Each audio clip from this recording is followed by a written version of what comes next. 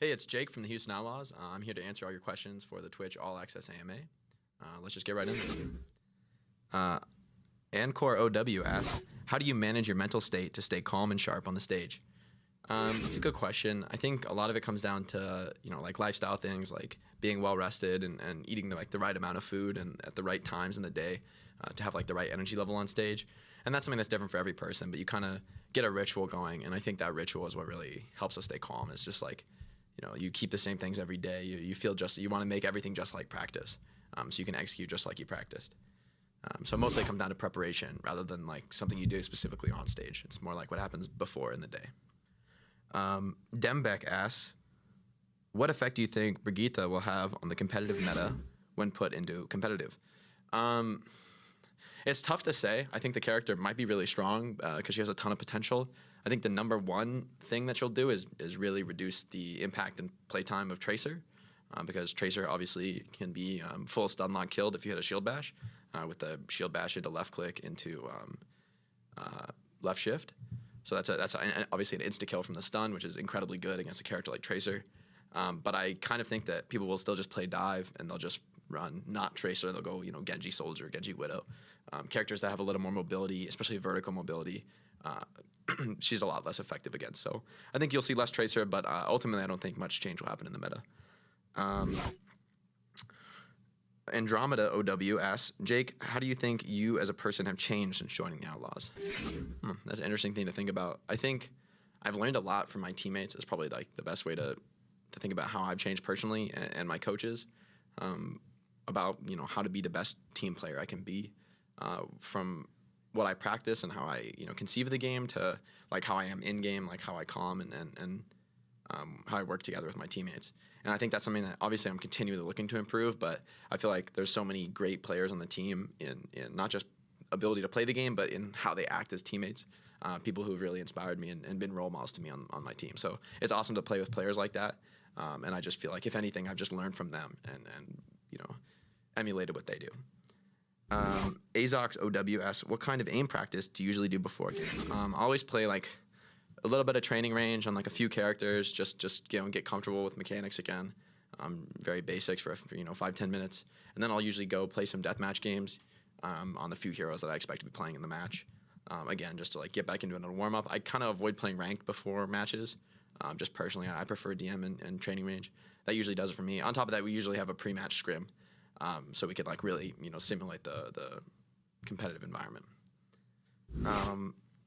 El Trio 1 asks, what was your favorite memory of the Texas tour? I think the coolest memories from the Texas tour were honestly just like being on the bus. I mean, it was awesome to meet fans, but it was really also cool to like just spend time with my teammates in a setting that was like totally not about the game. Obviously, none of us are playing the game for like 3 days, and I think being with my teammates in like a different setting than I usually am was really cool, to like get to know them a little better. Yeah, that was probably my favorite. I don't know, that's not really a specific memory, but I think overall just hanging out with the team in Texas was just a lot of fun. It was exactly the break I needed. Ikari OW asks, what was the hardest obstacle to overcome on your path to pro? I think the hardest obstacle for me was probably just like being efficient enough with my work that I could pursue the professional gaming path while also being a full-time college student.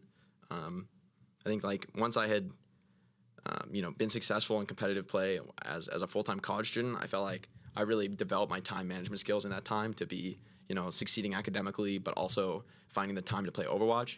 I think they say, if you want something done, ask a busy person. And I think I really learned the meaning of that at that time in my life, because, just trying to fit in as many things as you can. There's only so many hours in the day. You have to just get more efficient and work smarter, not harder. So the skills I learned with that like super heavy workload, I think really helped me in an environment like this where I can commit my whole life to gaming, because then I can sort of find that balance of practice and lifestyle that results in the best performance for me. Neon Jelly Toast, I like the username, asks, who do you feel like you synergize most with on the Outlaws? I mean, I think everyone synergizes with Yuri just killing everyone on the other team. That's a great team play mechanic for me. But seriously, I probably Cool Matt. I think we have a lot of success playing together, especially on Diva Junkrat. It's such a versatile duo that we can really attack or defend whatever part of the map we want to, based on the situation. So I feel like our flexibility and our team play is it's just a ton of fun to play with Coolmat. Honestly, it's a pleasure. Safe asks, SEIFF, I think Safe asks, favorite map and why it's your favorite one? Question mark. My favorite map is Junkertown because it is my ancestral homeland. Sandwich Boy 98 asks, of all the games you could have chosen to pursue a career in, why did you choose Overwatch? I kind of knew I wanted to pursue the pro career in Overwatch even before the game was like released to the public.